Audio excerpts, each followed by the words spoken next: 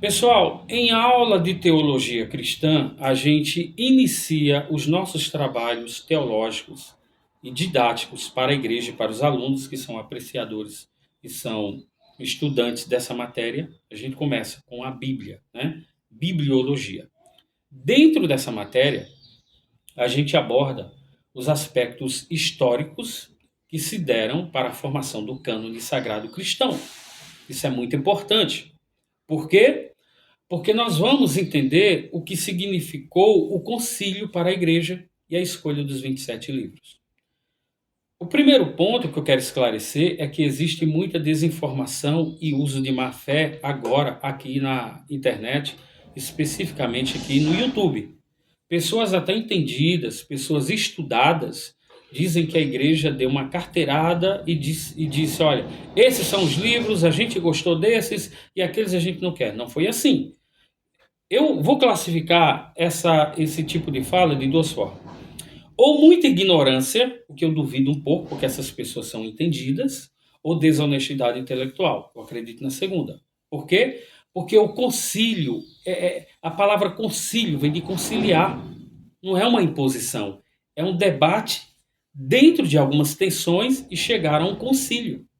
Conciliaram uma ideia, tá? Chegaram no consenso, melhor dizendo, e conciliaram uma ideia. Então, os 27 livros não foram colocados por uma imposição, e sim por debates intensos, por reflexões, introspecções e um consenso que prevaleceu no concílio, tá?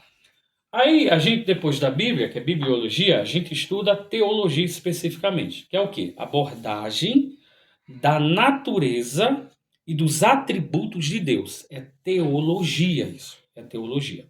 Na sequência, a gente estuda sobre cristologia. Aí, dentro da cristologia, que é o estudo específico da pessoa bendita do Senhor Jesus, a gente vai entender o que é uma palavra nova, um neologismo chamada de hipostática. O que é a união hipostática? Vocês vão entender isso, né? Não está dando para vocês lerem aí, porque fica ao contrário para vocês. E como eu ainda não domino muito bem essa tecnologia, então vai assim, tá bom? A união hipostática é a junção das duas naturezas de Cristo, a natureza humana e a natureza divina de Jesus. É a união hipostática, natureza humana e divina de Jesus, né? E aqui a gente começa a aprofundar esse sistema.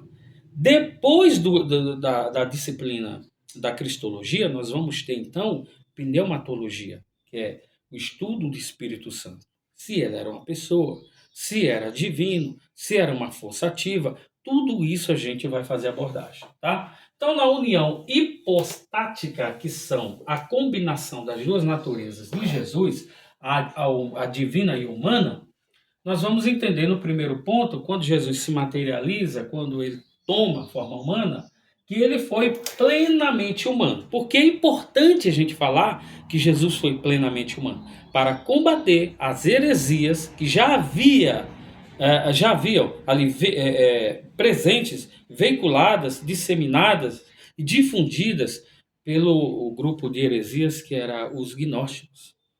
Os gnósticos diziam que Jesus não era plenamente humano. Eu já falei sobre isso aqui no meu canal. Eles flertavam com a escola dos sedocistas, né, do grego sedoc, que quer dizer parecer. Então, para estes, né, para essa escola de heresia, os gnósticos acreditavam que Jesus não era plenamente humano. A Bíblia diz que ele era plenamente humano. João capítulo 1, versículo 14 diz o quê? E o verbo se fez carne e habitou entre nós. Kai ho logos sarse regenetor kai esquenocem em mir, quer dizer, e o verbo se fez carne e habitou entre nós. Então, ele era de carne, né? Aí, depois que ele tomou a forma humana, o que aconteceu? Ele herdou um espírito humano. Jesus teve um espírito humano.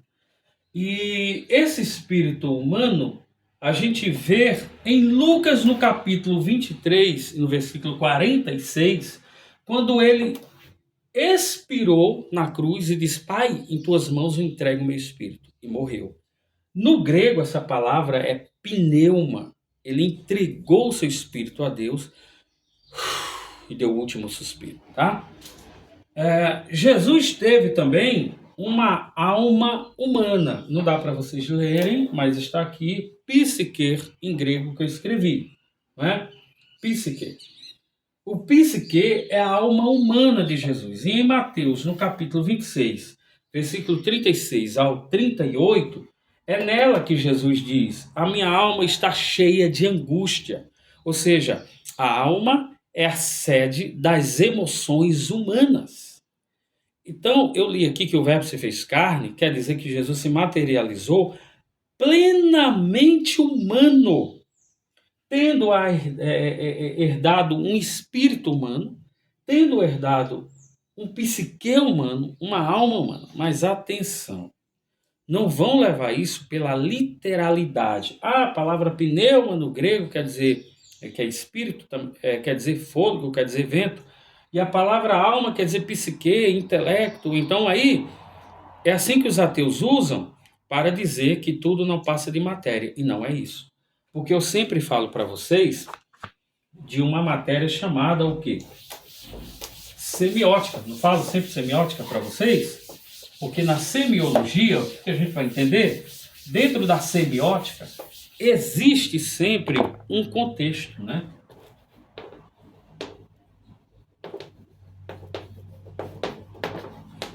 Semiótica. A semiótica é o estudo das ciências. Ou melhor, desculpa. É a ciência que estuda os signos. Que são signos, os significados, né? A compreensão de um texto, a compreensão das coisas. E dentro dessa compreensão, nós vamos aprender também de semiótica o que é contexto. O contexto, gente boa, o contexto é uma situação específica. Então, dentro de cada contexto, as palavras vão assumindo formas diferentes, né? Formas diferentes. Por exemplo, o rapaz esticou a manga, esticou o braço com força e rasgou a manga. Que manga é essa? Essa manga aqui, tá? A menina chupou a manga. Que manga? É essa? Não, é outra manga, é uma fruta. O mecânico disse que o problema está na manga. Que manga é essa? Uma peça específica mecânica que o profissional vai entender, né? Veja, é a mesma grafia, é a mesma fonologia, tá? Mesma fonética, fonologia e grafia, mas o contexto determinou rumos diferentes. O mesmo acontece com alma e com espírito. A palavra espírito, dependendo do contexto, vai ser vento, ok? Mas dependendo do contexto, também vai ser a personalidade invisível do homem. A palavra psique, dependendo do contexto, alma, vai apenas ser o intelecto, a inteligência ou a sede das emoções humanas. E está tudo bem. Mas dependendo do contexto, vai assumir sinonímia de uma pessoa invisível, mas dotada de consciência. Veja no Apocalipse, quando diz no capítulo 20, que vi as almas daqueles que foram degolados embaixo do trono clamando. Então, foram degolados, estavam mortos. Estavam embaixo do trono, clamando por justiça, dotadas de consciência. Então, percebe que o contexto fez com que a palavra espírito e a palavra alma, a palavra espírito e a palavra alma assumissem pelo contexto, significados diferentes. Então, Jesus, ele teve uma alma humana e um espírito humano. Isso é cristologia, tá? É a união que eu falei para você. É hipostática, ok? Ok. Gente, no outro vídeo eu vou falar, me aprofundando um pouco mais dessa disciplina. Por enquanto, se você curtiu até aqui, deixe o seu like, deixe o seu comentário e compartilhe os meus vídeos, engaja comigo, vamos aprender e vamos combater as heresias aqui no YouTube.